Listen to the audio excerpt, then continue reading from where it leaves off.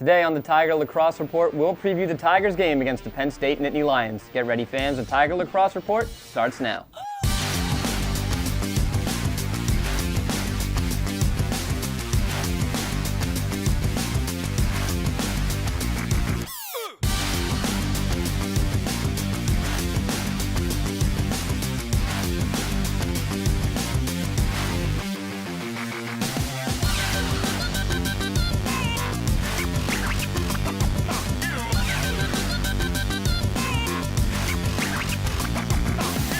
Hello and welcome to the Tiger Lacrosse Report. I'm your host, Ben Rosenbaum. Towson hits the road to University Park to take on the Nittany Lions of Penn State.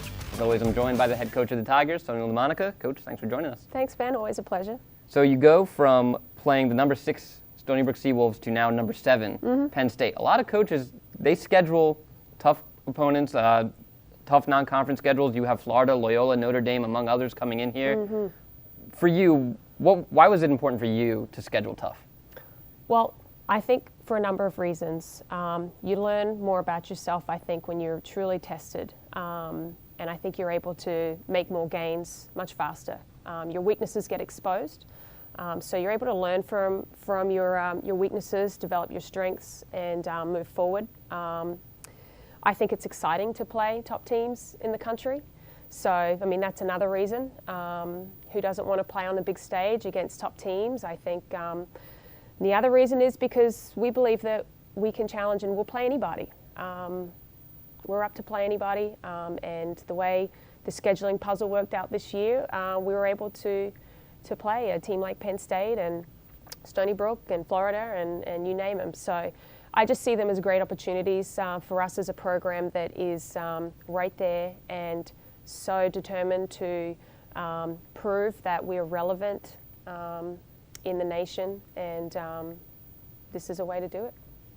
Penn State, they're coming off a 20-9 victory in their season opener over Albany. Break down the Nittany Lions for us. Well, you can imagine they're fast, they're athletic. So, you know, that'll be a good test for us. I mean, I like to think that we have a strong athletic team also. But Penn State, you know, they're going to play hard and fast. We're going to have to be careful in transition. They're certainly a team that will be able to take advantage of transition.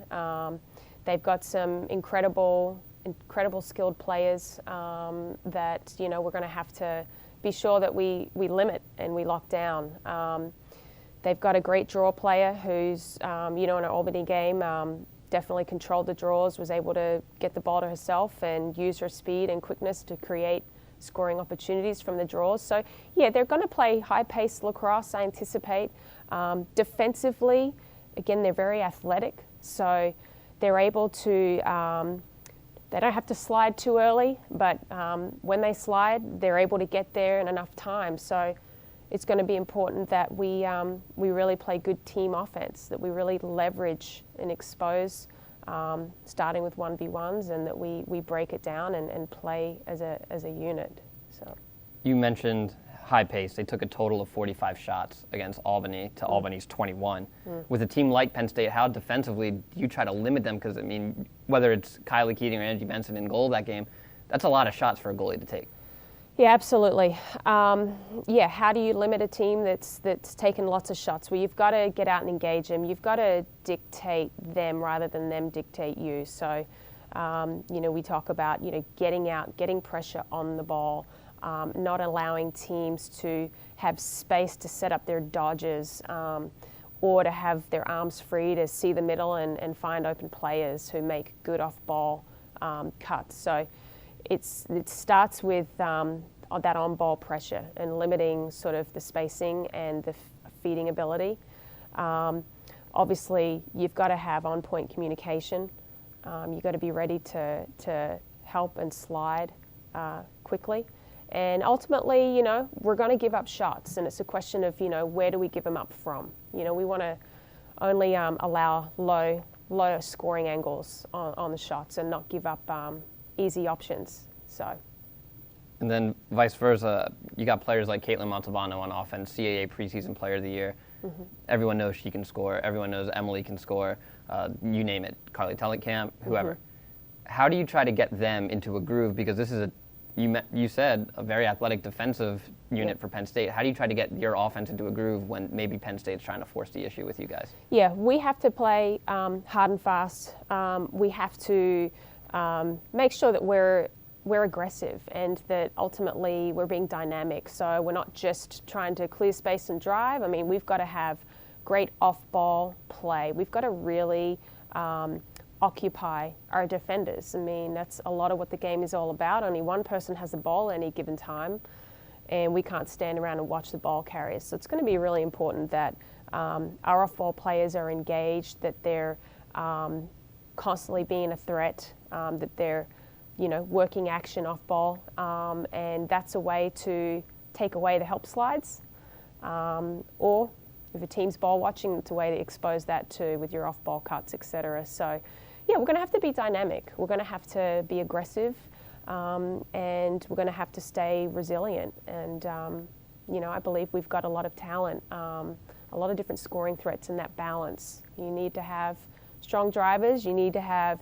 strong off-ball play, and you need great feeders. So if you've got that combination, I think, you can really create some great opportunities, which I think we can, and we'll be focusing a lot on that this week. Steph Lazo, Madison Carter, and Katie O'Donnell all had 5+ goals in the win over Albany. Steph Lazo is the one we hear a lot about. She also had 7 assists in that game. It's kind of a 3-headed monster Penn State has, but Steph Lazo makes them go. If you can kind of take her out of it, is that a key to success? Oh, absolutely. I think the beauty with our defensive system is it can't all be on one player's shoulders. Our defensive system really forces teams to have to move the ball, work the ball, and find the openings in that offense rather than one player being able to create and set up her teammates. So, I think that's the beauty and one of the reasons that we operate the way we do defensively.